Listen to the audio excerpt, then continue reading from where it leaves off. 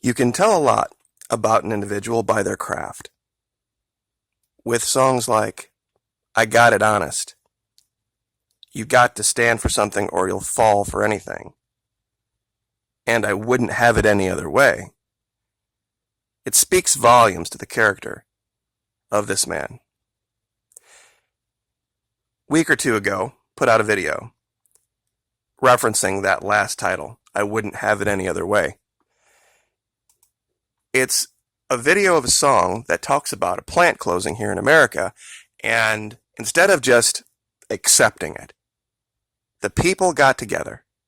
They threw in all of their paychecks, and they put together a proposal to purchase and operate the factory they had been working in their entire lives.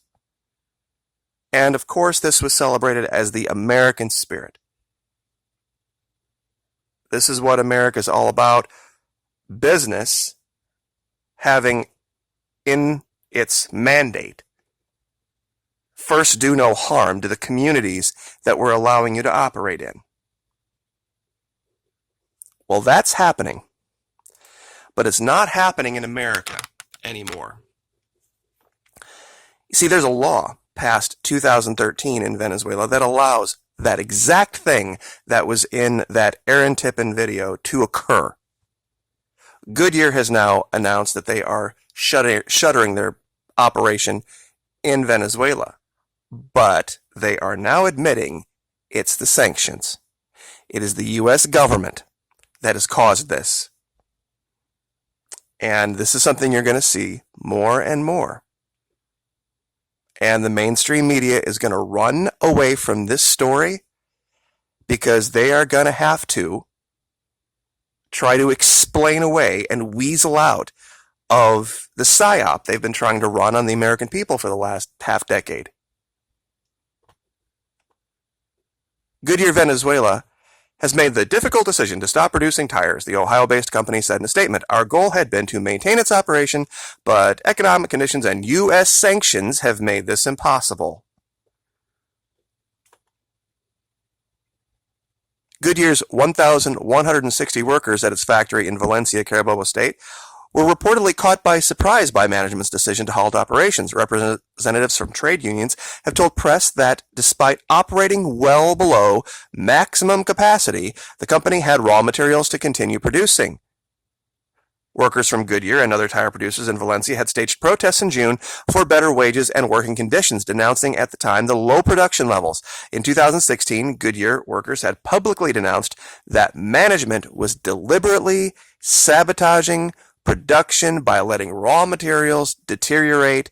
This is the same story that came out of Smurfit Kappa, out of Kellogg's, out of all these other big multinationals, that when they couldn't call the shots, when they couldn't control the government anymore,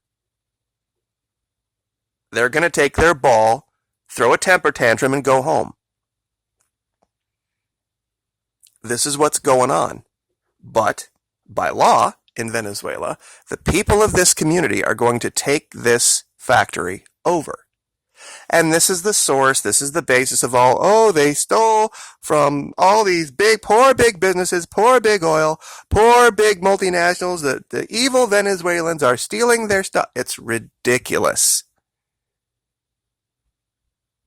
It is absolutely the most ridiculous story coming out of the mainstream media. Let me ask you a question if I have naysayers out there, keyboard warriors ready to type. If you didn't have OSHA protections, would you show up for work?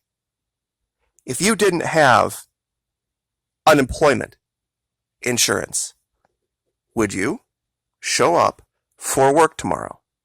If you were going through your day of work and something happened and you were injured on the job, and the company said, well, go to the doctor on your own dime and let us know when you can come back to work.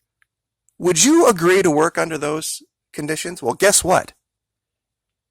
That's exactly how it works in every other country other than Bolivia and Venezuela. In Brazil, in Colombia, in Argentina, Chile, people do not enjoy these protections, these evil, terrible, horrible government protections, worker protections that we take for granted in this country. We don't call it socialism, but it is. And if big business had its way, big multinationals had their way, they would get rid of all of that.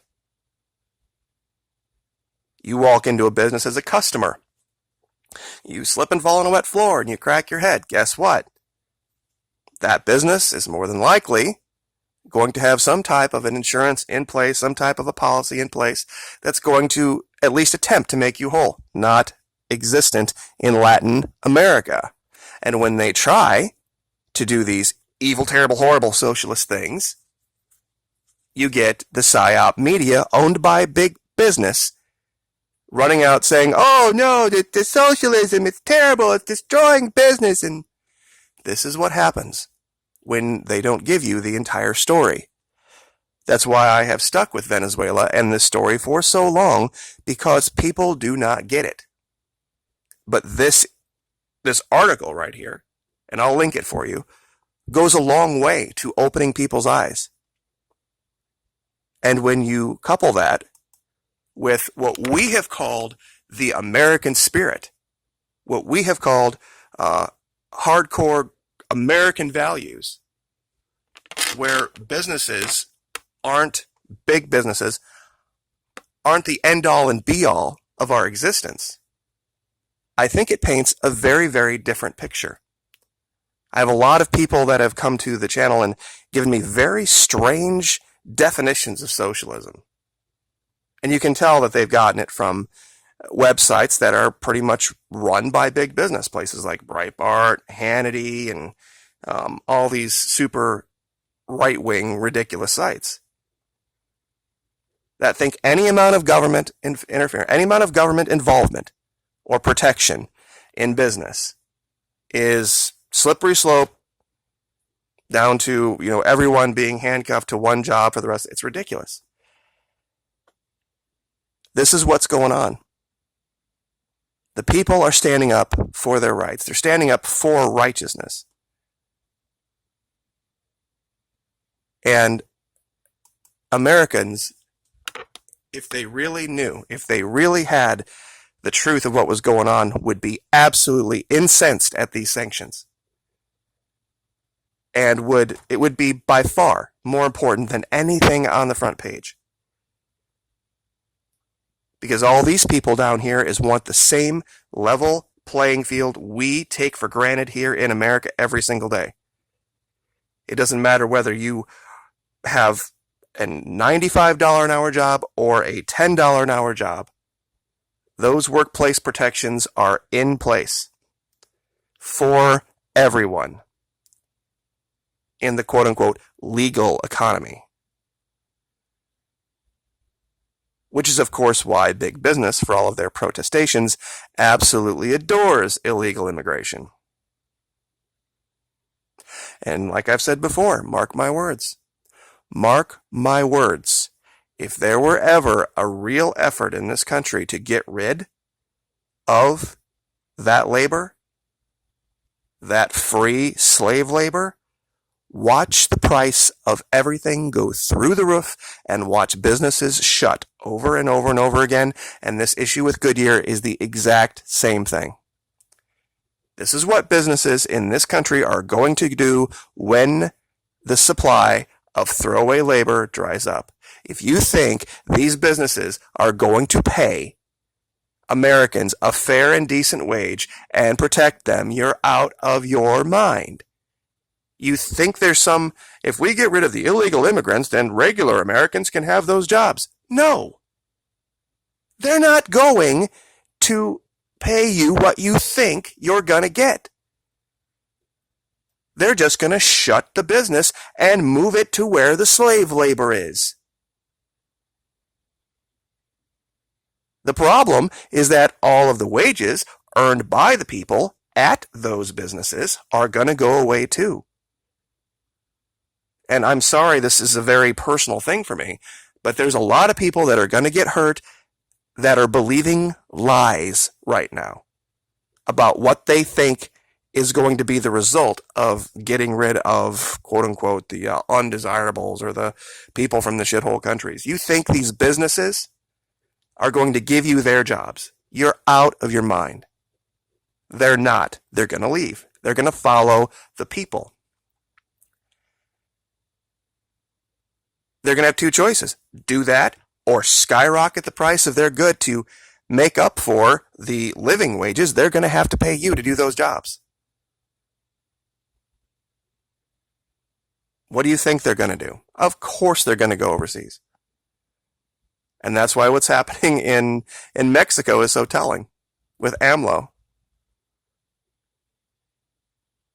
Americans are going to have to start to get back to real, true American values again. Values like, I got it honest, or you've got to stand for something, or you'll fall for anything, or I wouldn't have it any other way. Like, share, subscribe.